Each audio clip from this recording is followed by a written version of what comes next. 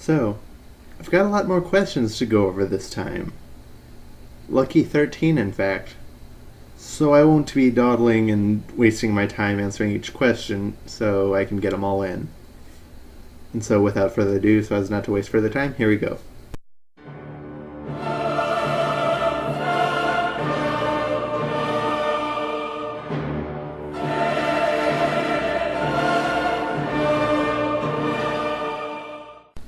Chanel Girl asks, do you know of any decent vampire romance novels that you can recommend? Honestly, when I'm judging literature that makes use of a folkloric creature, I'll judge it based on how accurately it portrays said creature as opposed to the folklore it's based on. So, no. There's no such thing as a good vampire romance that I could recommend. Predatory Instinct asks, how many bondage-obsessed whores does it take to screw in a light bulb? Well, it takes two to tango. The real question is, how would they fit? Sparkle asks, outside of Bella and Edward, which is your favorite character to rip to shreds and means of critique? Other than those two, not really anyone. That's about it.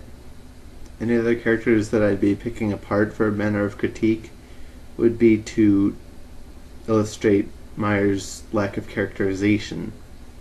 Those are the only two characters that I just love to dig into.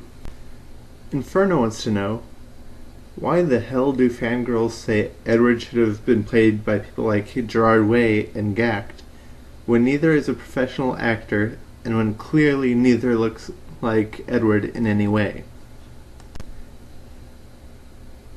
It's probably because they're emos or goths in the case of Gerard Way, or they're weeboos in the case of Gact. That's about it. Naps asked, what's the worst hate mail you've ever received from a fangirl? Was it even justified?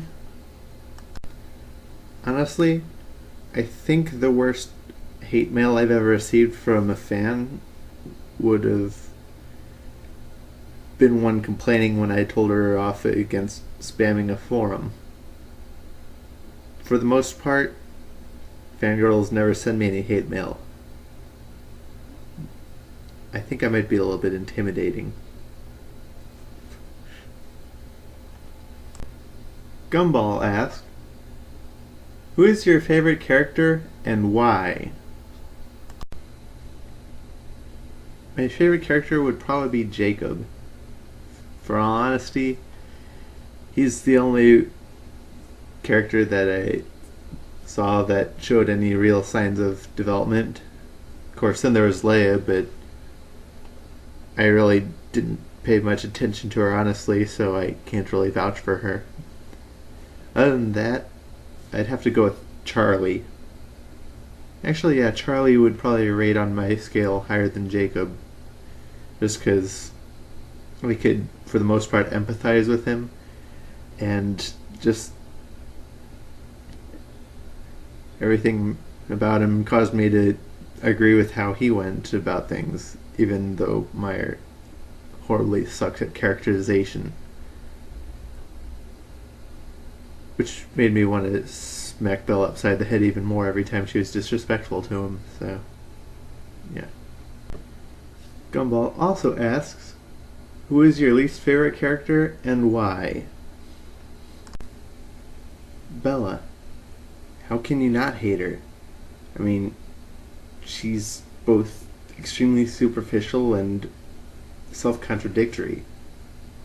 She's a bitch. Gumball asks again, what is it that you dislike or hate the most about Twilight? All that wasted potential. If you had one question that you could ask Stephenie Meyer that you'd hopefully answer, which is unlikely, what would you ask? Why? Why didn't you do anything to ensure that your story was told in the best way possible? And you call yourself a storyteller? No. Gumball asks again, to what song would you link the events of Twilight? Probably the Offspring's song, Stuff is Messed Up. Or... nah. Well, I would say another FU song by The Real Big Fish, but that's more directed toward Meyer and not the story, so yeah. I'll go with The Offspring on Stuff is Messed Up.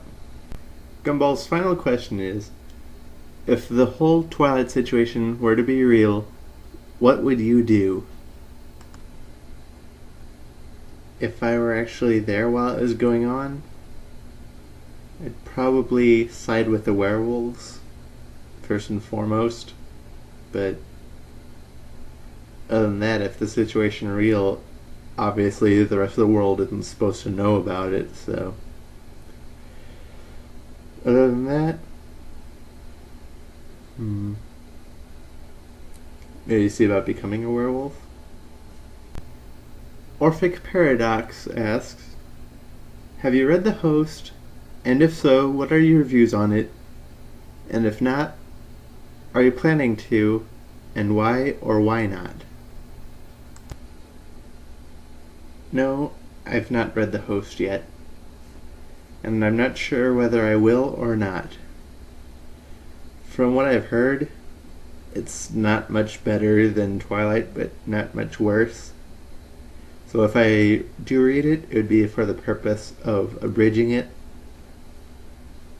which could happen, but other than that, I probably wouldn't, because that's quite a lot of stupidity to subject oneself to.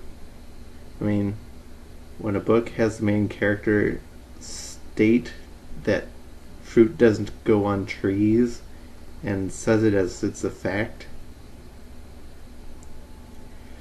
that's pretty stupid.